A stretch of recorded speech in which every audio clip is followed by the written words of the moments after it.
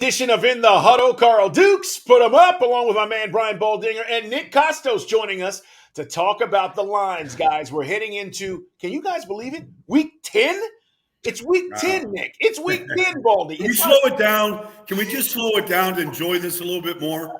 I'm with you. Too fast. I just said, I was like last night, I'm like, man, I'm already missing football, and we're not even, at the end of the season yet. It's like, can we slow down? Guys, we get early football again this weekend.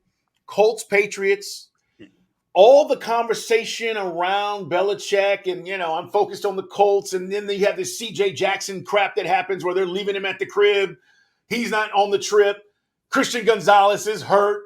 I mean, the Colts are a 1.5 point favorite, 2-point favorite in this game. So I'm looking at this, and again, there are a couple of games I feel like teams must win this weekend.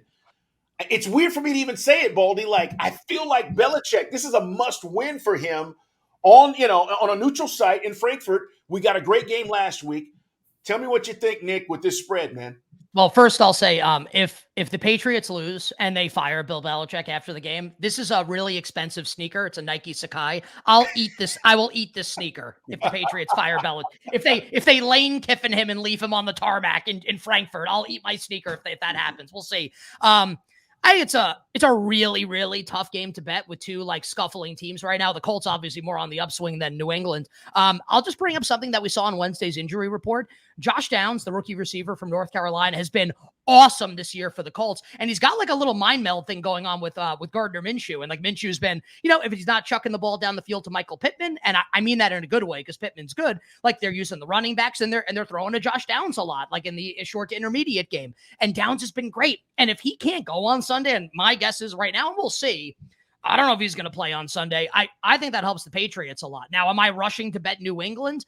Not when their starting quarterback actually says out loud. And I understand we're all humans, right? You empathize with a fellow human being when he goes, it's tough to be confident when, and I'm paraphrasing, it's tough to be confident when you lose every week. I don't want to bet on Mac Jones to win a football game when he's losing confidence. I guess how I would bet this game, honestly, Shane Steichen overs. They run a million plays and they force teams to kind of play at that pace also. Now, last week didn't go over because, so Bryce Young in Carolina, and he kept throwing the ball to Kenny Moore, as Baldy said. I would play over 43.5 here. I don't feel great about it. Not a great betting opportunity, I don't think, in the line. Oh, man, how great is that for the German fans? You go from driving a Ferrari, now here's a Ford Pinto, Dolphins and Chiefs to the Colts and the Patriots.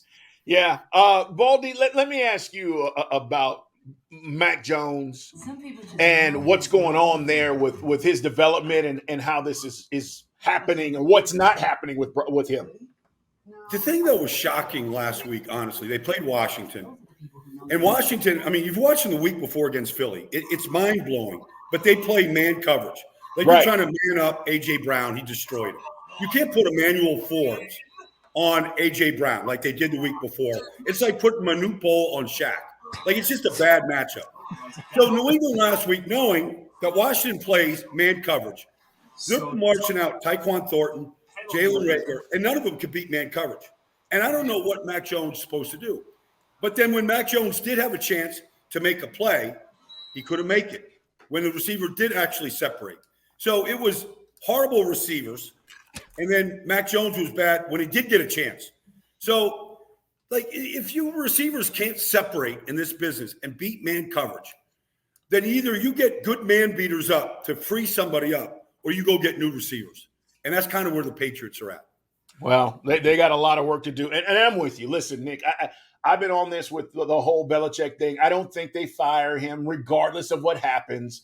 But it is heating up. And I think everybody knows that. Guys, it's Nick Kostos. He joins us each and every week to talk about the betting lines. Guys, the Bengals are taking off.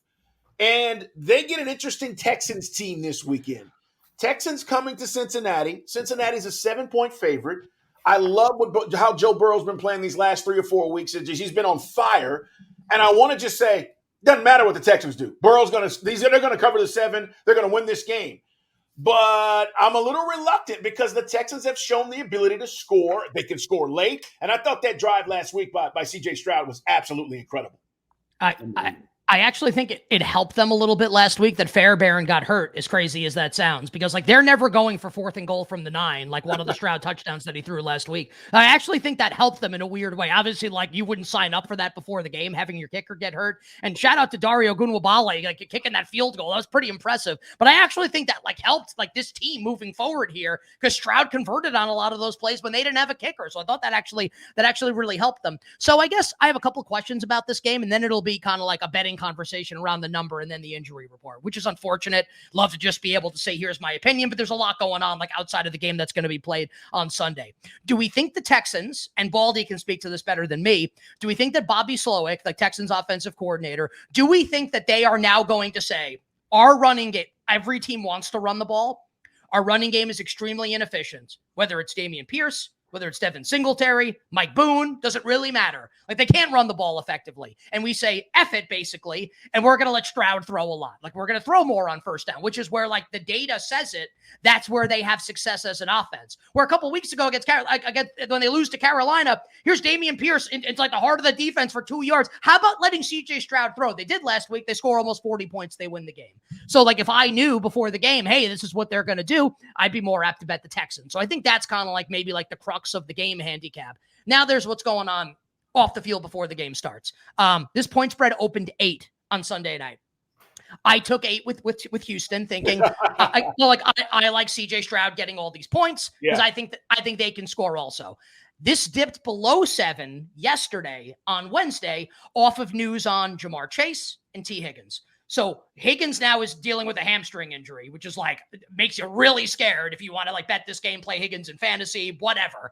And we'll see if he practices today. Chase is dealing with the back injury. And obviously, like if Cincinnati doesn't have their 2 top receivers, like it maybe becomes like a little bit of an iffy situation here. So my sense is that if Chase and Higgins both play, this will close 7 or better for Cincinnati. If they don't, this will close below 7 for sure, since he will still be a big favorite in the game. And then as a bettor, it's like I would recommend, if you don't have this already, turn notifications on your phone from all the NFL insiders so you can get it first before anybody else does and rush to bet this game. And I think it really is contingent on like the Bengals receivers being healthy. That'll dictate what the point spread is in the game and what your bet should be. Carl, I hate to give you like a non-committal answer there, but that's what we're dealing with right now in the week. Baldy, why have they been so good lately? Is it just Burrow? Yeah, it's just Burrow plus a good defense. But Burrow, you know, for when he was dealing with the calf, every single play was in shotgun. They got no play action passes. They could not push the ball down the field. I mean, everything was just dink and dunk, and everybody was just sitting on those short routes. But now that he's back under center, he can move. He can get out of harm's way. He can extend plays. He's back.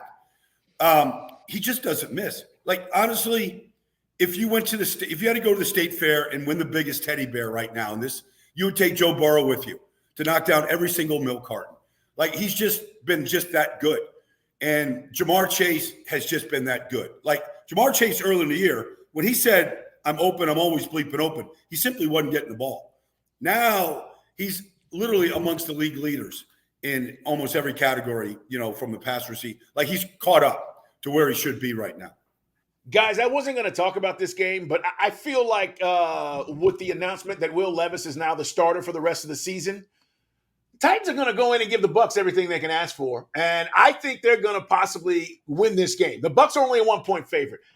Listen, Baker Mayfield, up and down, right? It's been here this whole season, roller coaster ride, and I think the Levis kid, guys, he has it. I don't know, you know, when we're talking about long term, what the projections look like. But I saw him at Kentucky. We talked about this, Baldy. We saw him, you know, at the pro days and all this stuff. And then now he gets his shot. He didn't play bad against Pittsburgh, by the way, the last week. But I feel like this might be one of those games where it's just a 1-point spread and the Buccaneers are scuffling. I know they're back at home. Tell me what you think, Nick. I'm with you here. I like if I had to pick the winner of the game, I would bet the Titans. The bet that I do like in this game, and I see the spread on the screen here, and I agree, the total. I like the over in the game. I thought Baker played great last week, and like if not for the Stroud heroics at the end, like we're talking, and I have money in this market, so it's kind of like a devastating result for me. Like Baker Mayfield comeback player of the year, where if Stroud doesn't do what he did at the end of the game, like we're talking a lot about they're 4-4. If they win that game, like, and Baker maybe wins comeback player, but they lose. That's betting. That's life. So I think Tampa's offense can put it up on this Titans defense where like Tampa can't run the ball on anyone no matter what. They're not going to be able to run on Tennessee. So if Baker has to wing it, I think they can throw the ball on this Titans secondary. And on the flip side here, Carlton Davis, like, great career, won a Super Bowl, made a lot of money. I've almost never seen in 30 plus years watching football a cornerback chasing open receivers more than I saw last week, burying his head in his hands. It was like every single play. It's like there's Carlton Davis 5 yards behind Nico Collins or Tank Dell. And both Carlton Davis and Jamel Dean don't practice on Wednesday. We'll see over the course of the week here. I mean, I love it at Levis, man. I'm not a big like hashtag film guy. I don't know what people were thinking, man, like going into the draft, like this kid sucks. Really? I watch him and he looks awesome. I like the Titans in the game also. My preferred bet, though, would be the over 38 or 38 and a half. Coach Cohen, I think it is.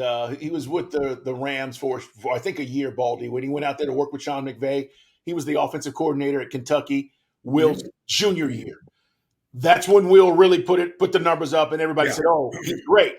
And I think having played for him and playing that pro-type system really has helped him. Obviously, they're doing a great job in Tennessee, giving him opportunities. But, I think the Titans, this is a smart decision by Vrabel. And, to make it now, look, you could have easily gone back to Ryan Tannehill. Why? Right? After what you've seen, you got to think about the future. Well, I think, first of all, to Nick's point in this game, Carlton Davis was toast. And Jamel Dean wasn't any better. I mean, this is starting corners that won Super Bowls and played great. And Tank Dell ran right by him. But anyways, like Joey Porter Jr. had an unbelievable game against, DeAndre Hopkins last week. Yes. And I mean, kudos to Joey Porter. I mean, he's long. He wanted D-Hop. He got him. And it was just tough for Will Levis to get him the ball. But I don't see that situation with Tampa. I'm with Nick in this game. I would take the over. I think both teams are capable of going up and down the field. Derrick Henry, look, everybody talks about Tampa's defense, but I saw Levante David at the end of that game slam his helmet into the ground. I thought it would have shattered into a million pieces. Like, they're frustrated defensively because a lot of those guys have pride of winning a Super Bowl, and they're just not playing at that level right now. Can I toss one thing out here? Just one thing I want to see from Tennessee in this game. Mike Vrabel is an awesome coach, in my opinion, in the game against Pittsburgh last week. He coached like Malik Willis was his quarterback or like Tommy DeVito was his quarterback. Way too conservative. It's just like, hey, Mike. And like Mike Vrabel's forgotten more about football than I know. Like, hey, Mike, like your quarterback's good. Like, let him try and win the game. I would like to see that on Sunday. A little bit more confidence in the young quarterback to try and win you a football game. Well, he throws a deep ball great. So that's you got to stretch the field with him.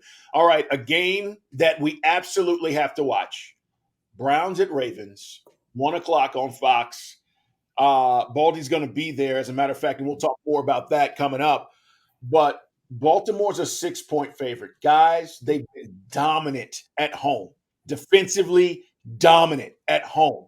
And I don't think this is a fluke. People are looking at this and they're going, oh, well, the Ravens, they're 7-2. Guys, I think they cover this, but I also think this is going to be a really good game.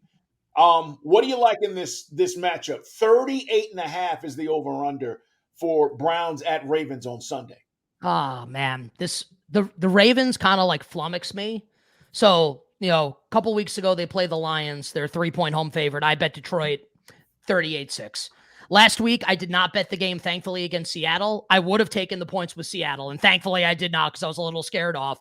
37-3. Nick, Baldy, guys, Seattle kicked 2 field goals in that game. They're brutal. They never came close, Carl, to scoring. They never came close the entire day. Geno Smith was on his back and running for his life. They couldn't get the ball to DK Metcalf. They were incapable of sustaining any offense, just like Detroit was 3 weeks ago. And guys, real quick, Nick, and I'll get back to you. I saw Seattle fans on social media calling to put in the backup, and I'm saying that's not going to help here, okay? That's how bad it was. They wanted to pull Geno and just feel like, hey, we got to throw something at these guys. Either way, I'm just saying that was shocking to me. Go ahead, Nick. Yeah, let's put Drew Lock in on the road against the Ravens defense and see how that goes. I guess it couldn't have gone worse, to be fair, than it went with Geno, but I mean that's probably more about the Ravens defense with maybe Mike McDonald's a head coach next year in the NFL. I guess where I stand with this game is like the Ravens are awesome. I'm not disputing that they're really good. It's just like Cleveland's defense is really, really good too, and this is a lot of points. So I am not going to bet Cleveland in the game. I guess like if it went up to like 7, I would have to bet Cleveland in the game. I think the thing that I feel most confident in, I don't think Cleveland's going to be able to score a lot in this game. So you can bet team total over or unders. Even with Deshaun, if he plays? I think Deshaun stinks. So like that's my opinion. Like he's better than PJ Walker and DTR. So like I don't want to I'm not saying they should bench him. When he's right, he's not very good. Like last week's game against Arizona was a fake game. That's like not a real football game that got played. Clayton Tune can't move the ball. They can't run it 1.2 yards per play. It's historically bad. And Deshaun didn't play great. I feel like they get lucky on the long throws that they do make. The touchdown to Cooper's a lucky throw. I think he stinks. And I don't have a lot of confidence in him moving forward the rest of the year. And as always, I never want to come on and make it like I'm 100% right about something. Just like with the information I have now, I feel like it's unlikely. How is this offense scoring on the Ravens defense? Like, how is it happening? How's it happening? So maybe Baltimore doesn't score a lot either. And Cleveland's defense is really great. And the Ravens win a 3-point game. That's why my bet would be Browns team total under 16.5, where I don't think Cleveland gets to 17 in this game. That would be my look here. I'm also really fascinated to watch Ravens rookie undrafted running back Keaton Mitchell, who looked like Devon Achane last week. He's awesome. And my guess is that they start to phase Justice Hill out, and it's Gus Edwards as the primary, first and second down running back, short yardage goal line. And then Keaton Mitchell now becomes the new Justice Hill and adds an explosive element they were missing in this offense. I think the Ravens will win. I would bet the Browns team total under. Well, I agree with you. A lot of those things, Nick. I think, in the whole conversation we just had, nobody mentioned Lamar. Lamar, to me, is the MVP of this league at this point. Now, it's, there's a lot of big games to be played. Outside of, the fumbling that he's had, he's been unbelievable. Like he has the highest completion percentage of any quarterback in this league right now, and he's just getting to know OBJ. He didn't throw the touchdown pass to him last week. He's just getting to know some of these receivers that are new to Zay Flowers has been awesome, but Lamar is the X factor in this game because Cleveland can have the greatest defense, and they do a lot of things man coverage.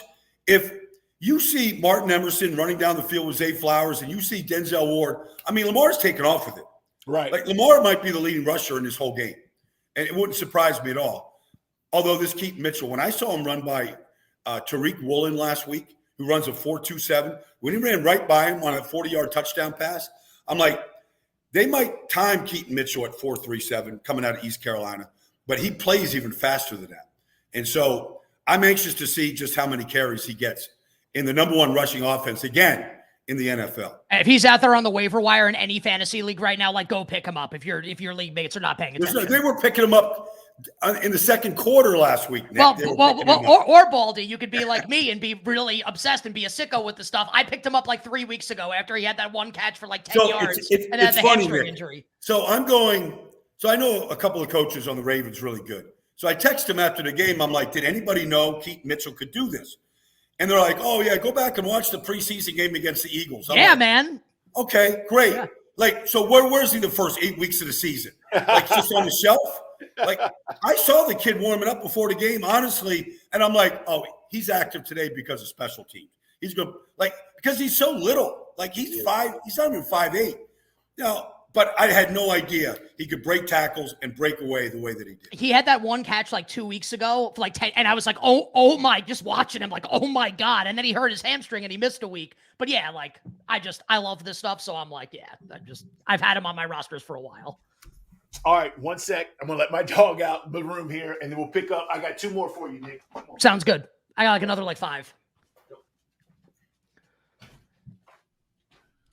You, Baldy, you like that Mingo thought tonight? Yeah, I mean, they got to throw it to somebody. The offense is just, it's horrible. It's just horrible. Sucks. I don't know. You go back and you start rethinking Frank Reich. Like, what quarterback did he do good with? Yeah. Honestly, I mean, Carson Wentz went south. Like, Matt Ryan was a disaster. Like, every young quarterback that they played was a disaster in Indianapolis. When the offensive line fell apart, he had no answers for any. I don't know. It's just my thought is I think he lost that wild card game against Buffalo a couple of years ago also when Rivers was the quarterback. Just my opinion. Yeah. All right, let's pick it up right here. 3, 2. All right, Nick Kostos. By the way, follow him, guys. We got a couple more games we got to get to. Giants, Cowboys. The only reason I'm looking at this is the Cowboys are a 16-point favorite. I know the Giants are a mess, but that's a lot. And I'm a little reluctant to jump on the Cowboys here, even though I think they'll win the football game after playing really well against the Eagles and coming up short last week. Baldy and I will talk more about that and talk about where the Eagles are. But, Nick, 16? Yeah, it should be 17. I bet Dallas at 15.5 earlier in the week. I would bet this up to 17 for Dallas. My question would be, so the answer to this question is, Dak throws a pick six or puts the ball on the ground. Giants get a short field, score a defensive touchdown, and then they can cover the spread. I don't think the Giants offense is scoring in the game. So it's basically like, do you think Dallas scores 17 points in the game? If the answer is yes, then I think you should consider betting Dallas in the game. I love my team. I hate that this is the way the season has gone. This is dead team walking that, in my opinion, needs to lose games to try and reset the franchise and get a quarterback at the top of the draft. Agreed. Like, credit to Daniel Jones. Like, he hasn't been a great quarterback. He's like handled everything with dignity and class. He's never embarrassed himself. He's never embarrassed the fan base. He's never embarrassed the organization. Also, it's over. And like, he can be a high price backup quarter. And I'm not trying to be callous, but like, we're adults here. This is a multi-billion-dollar business. It's over. So like, they got to lose games, get a quarterback next year. And I think the losing starts on Sunday. They can cover, like I said, it's like defensive touchdown, special teams touchdown, and then they can cover. Just like, I would never bet on that happening. Cowboys are nothing for me. I'm with you. It's absolutely right about the Giants. All right, last one. Feels like another must win. There were 2 games I said I felt that way. Bills at home against the Broncos on Monday night. I don't know why I feel this way, but I feel like the Bills they got to get it done here. They are a 7.5-point favorite at home against the Broncos. What are you looking at? I bet Denver plus 7.5. I think the Broncos might win the game. I think Buffalo's upside is to be among the best teams in the league when the Bills play like they're capable of playing, like they did for a 3-week stretch earlier in the season after they lost the opener on the road at the Jets. But like, at some point, like, I think we need to say the Bills are not who we thought they were. Like, rest in peace to Denny Green. Like, I just don't think they are. So we see point spread ranges when Buffalo hosts a team like Denver that's rated like Denver. They are always favored by more than a touchdown and less than 10 points. That is always what the point spread is in games like this. And that's assuming that the Bills are what they have been. I don't think that's what they are at this point in time. I thought, after the way Sean McDermott and Josh Allen spoke, and like, I think if you're going to like, you need to pay attention to like what coaches say and how they say it. It seemed to me like McDermott and Allen on Sunday night after they lost to the Bengals, it seemed to me like they were like ready to make some kind of change. And to me, that means like move on from Ken Dorsey and have someone else call the plays. And then McDermott comes out on Monday or Tuesday or whatever. It's like, well, we're going to stay the course here. Okay, great. You stay the course. I'll bet the other team getting more than a touchdown. I think there's a chance, not definitely, but I do think that Denver, with the way they closed before their bye week, they could be not a factor like to win the AFC, but like maybe compete for that final playoff spot in the AFC. 3-5. I think they might win on Monday night. More than a touchdown. I think at some point we need to say the Bills need to be rated a little bit differently with the acknowledgement that they could win this game 37-10 because that's their upside is to do that. I'm more willing to bet on them being what they've been recently. I'll take the 7.5 with the Broncos. They're just not scoring, Baldy. I mean, you know, the loss of the Bengals, 18 points. They lost to the Patriots, 25. It was 29-25. They're not scoring like I thought they would. Well, but when you watch their offense, like literally last week in Cincinnati, I thought I was watching Groundhog Day from the playoff game against Cincinnati. They got just whipped up front by Cincinnati's defensive front. And that's why Josh Allen's running all over the place. It looks bad. It just looks terrible when they're playing offense like that. The ball doesn't come out fast. It doesn't come out on timing. They can't run the ball against Cincinnati. And so they have when they're like that and they don't get balance and Josh is just trying to play hero ball because that's what he has to do, then they just look awful. And it just seems like it steamrolls. And look, I'm with Nick. I think Denver, the way they're playing defensively right now, this could be a tough spot, because I think everybody's sitting on their hands at Buffalo, just waiting for another clunker to come out of that offense. Yeah. Guys, as always, great to talk about these games as we head to week 10. Nick, tell the people where they can check out your podcast. Yeah, weekdays 3 to 7 p.m. Eastern. We are live on the Odyssey app, Twitch, YouTube, radio stations nationwide, Sirius Channel 160, XM Channel 205, simulcast by Stadium from 4 to 6 Eastern, and we're on Sunday mornings as well, 11 a.m. to 1 p.m. Eastern. I'll toss one out for you. You know how I feel about Arthur Smith and the Falcons. I think that point spread's crazy. I think Atlanta wins on Sunday against Arizona. Wishing everybody minimal sweats, winning bets, the absolute very best of luck. Thanks, guys. Great stuff. Nick Kostos, check him out, guys. We'll see you next week, Nick. Hey, Nick.